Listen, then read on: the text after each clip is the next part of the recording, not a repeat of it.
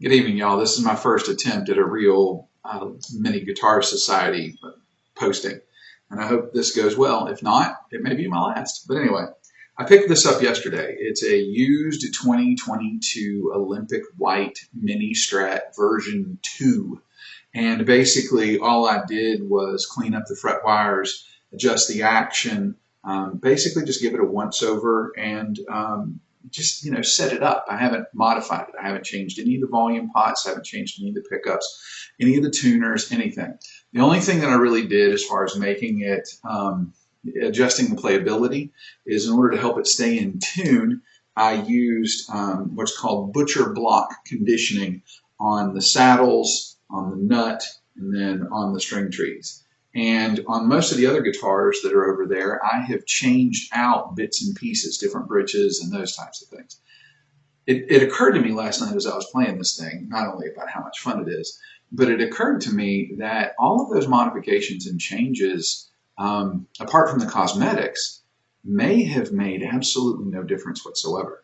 So what I'm going to do is I'm going to sit down and I'm going to run the same signal, same chord into my computer, and basically go through all 5 pickup positions in wide open tone, wide open volume, and play the same thing as the best that I can. And then I'm going to cut up everything and try to go back to back to back to back and see if all of the time that I've invested in this has actually made a difference. Now, whether or not it's made a difference, it was still worthwhile because I now know a lot more about taking care of guitars and how to set them up, and especially kind of works for these little beasties to make them a lot easier to fool with. But whether or not it was cost effective will be something that we'll decide. So what I'm going to do is basically put up pictures and list the modifications that were done with each guitar so you know, but I'm not going to videotape each thing because that way I can concentrate on playing as opposed to concentrate on trying to look pretty. I do that so well naturally. Anyway, I hope you all enjoy.